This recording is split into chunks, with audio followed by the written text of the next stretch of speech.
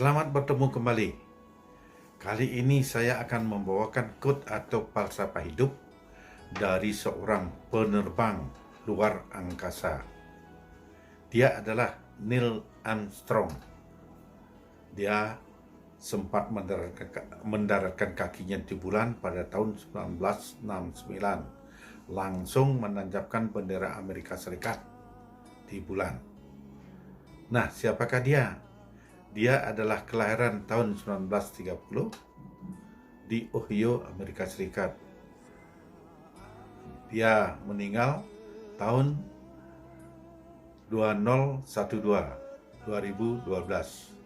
sama di Ohio, Amerika Serikat juga.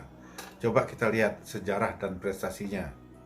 Sejarahnya dia, Neil Armstrong ini pertama kali dia adalah penerbang Angkatan Laut Amerika Serikat. Dia pernah ikut perang di Korea, terus kemudian mengikuti program percobaan luar angkasa. Akhirnya pada Apollo yang ke-11, Neil Armstrong membawa pesawatnya ke bulan dan sempat mendarat di sana.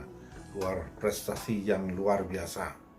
Ya, untuk umat manusia itu sudah prestasi luar biasa. Nah, dia itu banyak keahlian lainnya. Dia sebagai profesor di universitas juga ya. Banyak.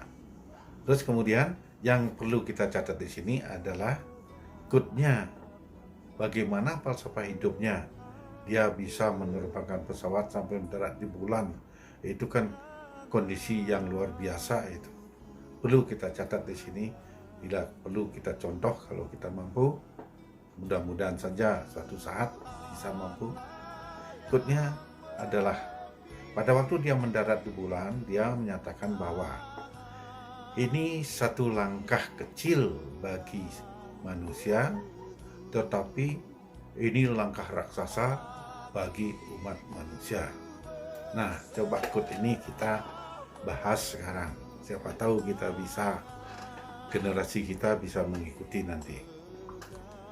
Kita ulang lagi sekali, quote-nya dia adalah, ini adalah langkah kecil bagi manusia, tetapi langkah raksasa dari umat manusia. Langkah kecil artinya pertemuan kecil dari seorang manusia, tetapi langkah raksasa, langkah luar biasa untuk umat manusia.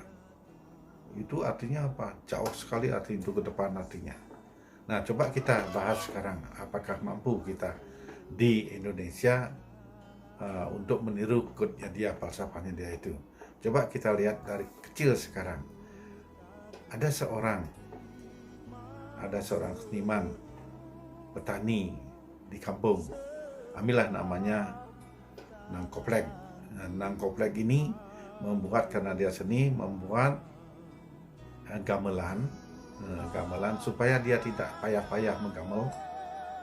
Dia bikin dari aliran air. Dia bikin kincir di air itu, dan dengan kincir itu gamelannya berbunyi sendiri. Pernah kan dengar itu? Pakai tingklik namanya kalau di Bali itu. Jadi tenaga air itu dipakai memutarkan kincirnya.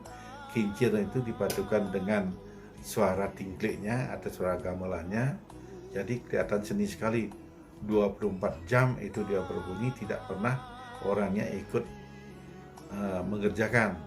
Dia akan berjalan sendiri sesuai dengan adanya angin. Jadi angin yang menggerakkan tingklik itu dengan mengeluarkan suara yang seni sekali. Nah, itu langkah kecil bagi seorang petani di kampung. Nah, coba kita bandingkan sekarang dengan pendapat ahli yang sangat besar tingkat dunia. Sama dengan dasarnya kincir angin tadi itu, airnya itu dipakai untuk memutar.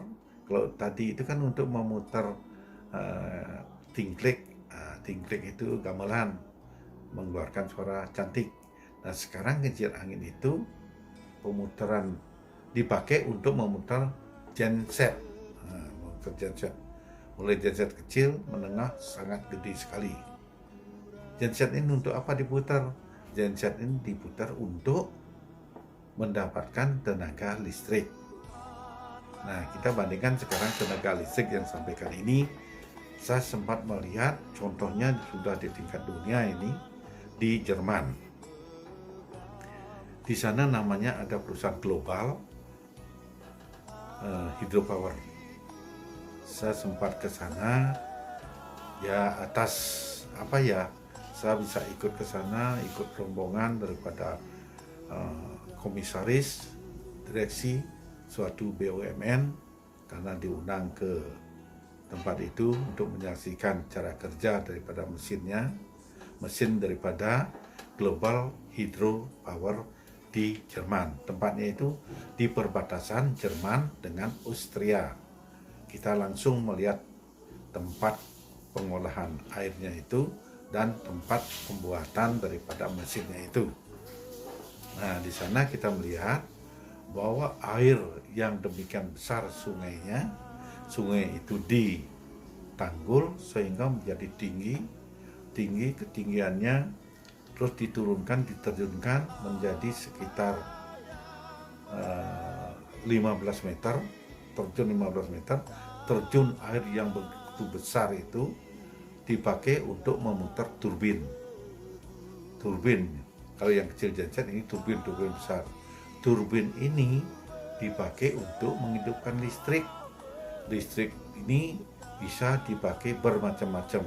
Ada untuk satu kelurahan, ada untuk satu kabupaten, ada untuk satu provinsi. Tergantung sekarang kita memilih yang mana, mau beli yang mana. Itu sudah dijual belikan.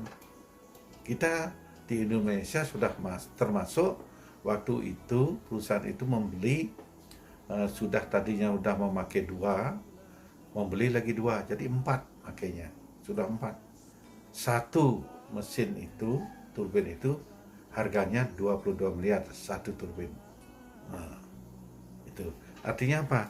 Itu langkah besar daripada umat manusia di tingkat dunia bahwa permainan orang kampung tadi bisa dibesarkan, gerakannya seperti disebut tadi oleh Armstrong, langkah raksasa bagi umat manusia.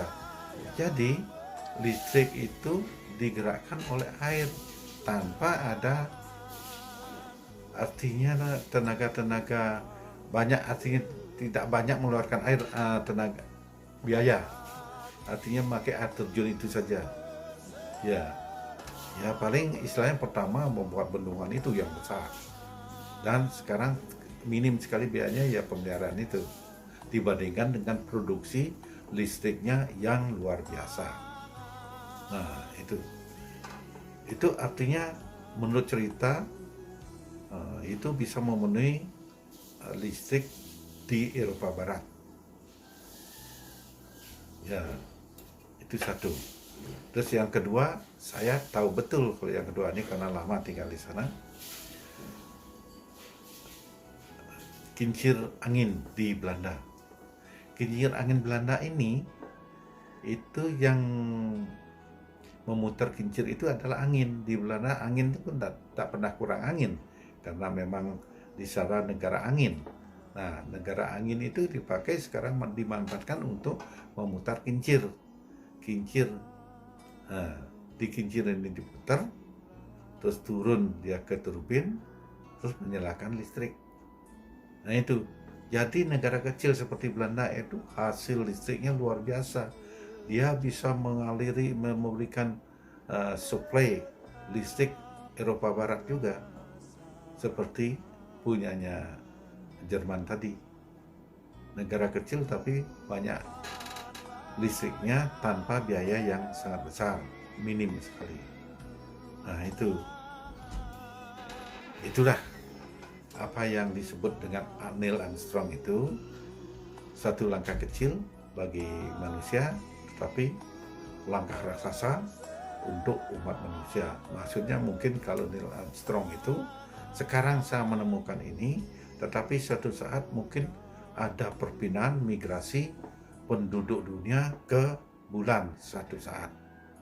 Kan tinggal penelitian lagi untuk bisa hidup sini di bulan, apa saja dibutuhkan di sana. Kondisinya apakah sama dengan di dunia ini? Kalau sama, berarti manusia bisa hidup di sana. Nah, itu mungkin maksudnya langkah besarnya itu langkah raksasa bagi umat manusia.